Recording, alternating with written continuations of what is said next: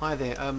Working on section 4.1, simplifying surds, doing the more challenging ones on page 43, starting with question 5, operating at grade A. It says, question 5, write down 3 irrational numbers that are between 1 and 2.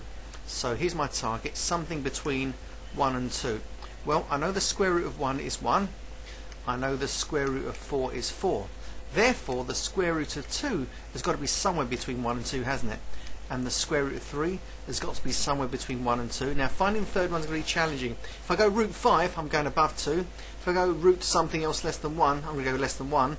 The only thing I can think of, which I can plant right in there somewhere, not necessarily bigger than root 3, but root 3 over root 2. Okay, that's definitely going to be between 1 and 2. I know that 3 divided by 2 is 1.5. If I square root that, I get an answer bigger than 1, but certainly less than 2. And that's the only one I can think about at the moment. So that would do. So that will do fine. Certainly root 2 is between 1 and 2. Root 3 is between 1 and 2. Therefore, root 3 over root 2 should also be between 1 and 2. And that's question 5 done. Question 6 is not challenging, it's just not very interesting, but I'll do it anyway.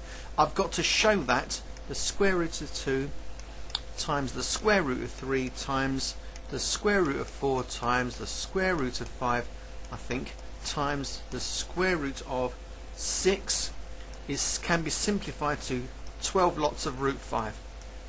Well, let me just take the hint for a minute. The root 5 there will appear in the final answer. Therefore, I'm not going to try and do anything with the root 5. I'm going to try and show that root 2, root 3, root 5, root 6 should come to 12. Not very difficult. Let's do it. Well, root 2 times root 3, let's do it in bits, just to show the examiner we're thinking. So root 2 times root 3 is root 6, okay? So I've taken care of that little lot. Then I want to say root 6 times the root of 4. That takes care of that one. Makes the square root of 24. And then I want to take my square root of 24 and multiply it by the square root of 6. Well, 6 24s are 144. So that comes to the square root of 144, and everyone knows that. The square root of 144 is 12. So therefore, what have I got? I've got 12 times the root 5 I've not yet used. And so let's go for a final conclusion. That equals 12 root 5, and I've proved it ever so nicely. So I've done question 5, I've done question 6, and I want to do question 8 and 9, and I'll just stop the video after that. Right, let's go slightly thicker so it can stand out a little bit. Alright, question 8. Can you find 2 irrational numbers which multiply to make a rational number? That's not difficult. Once you get used to these things, you start playing around. Look at that. Well, the square root of 2 is irrational. The square root of 18 is also irrational. And reading the question again, can you find 2 irrational numbers which multiply together to make a rational one? Well, look, 2 is not a square number, so root 2 is irrational. 18 is not a square number, so root 18 is irrational. And I've been asked to multiply them. Look what happens if I multiply 2 and 18. I get the square root of 36, and you all know the square root of 36 is 6, and it's rational because it will be written as 6 over 1. Alright, beautiful. Part B. Can you find 2 irrational numbers that, when divided, please note the use of English there, give an answer of 2? Yes, I can do that as well. Similar sort of thing. Let's go blue. Nice thick blue. Right, I've got to divide 2 irrational numbers, end up with an answer of 2.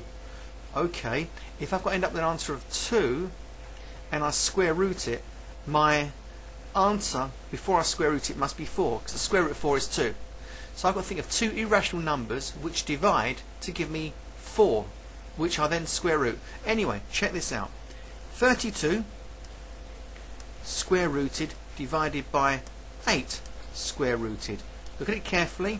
What have I got? I've got 32 divided by 8 all square rooted. That will give me the square root of 4, because 32 divided by 8 is 4, and the square root of 4 is 2. So I've taken the hint that I've got land it on 2 somehow and work backwards. So just take a quick look at that. The root 32, if you can see it just there, is irrational because 32 is not a square number, and the square root of 8, I think we've met that one before, is definitely irrational because 8 isn't a square number. The nearest square number to 32 is 36. The nearest square number to 8 is 9, and so these are definitely irrational things. Combine both these two numbers under the one square root of 4, 2. So happy with that one. Now what about 9? 9 looks scary. It's really not. It says I've got to write root 5 times root 35 in the form of p root q. Not only that, p and q are both prime numbers. Okay, so I'm just setting the scene here. Alright, so let me have a look. P's got to be prime, Q's got to be prime. Well, I'm looking at the 35, I'm going to split it off as follows. 35 is root 5 times root 7. And bringing down my original root 5, I have root 5 times root 5 times root 7. Here's the next step. Root 5 times root 5 is root 25. And of course I've got my root 7 sitting there.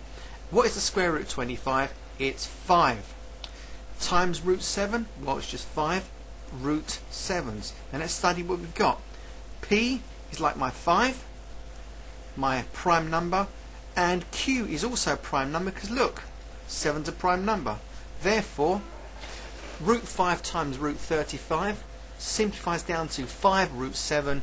Both 5 and 7 are prime numbers, and therefore we've achieved what they want. There may be other bits and pieces, I mean, I don't know, similar questions like that, but that will do for now. And that's one of these sort of more challenging think about it types of things where you have to scratch your head, as AQA say. And that will do for now, and I'll move on later on. Thank you for listening.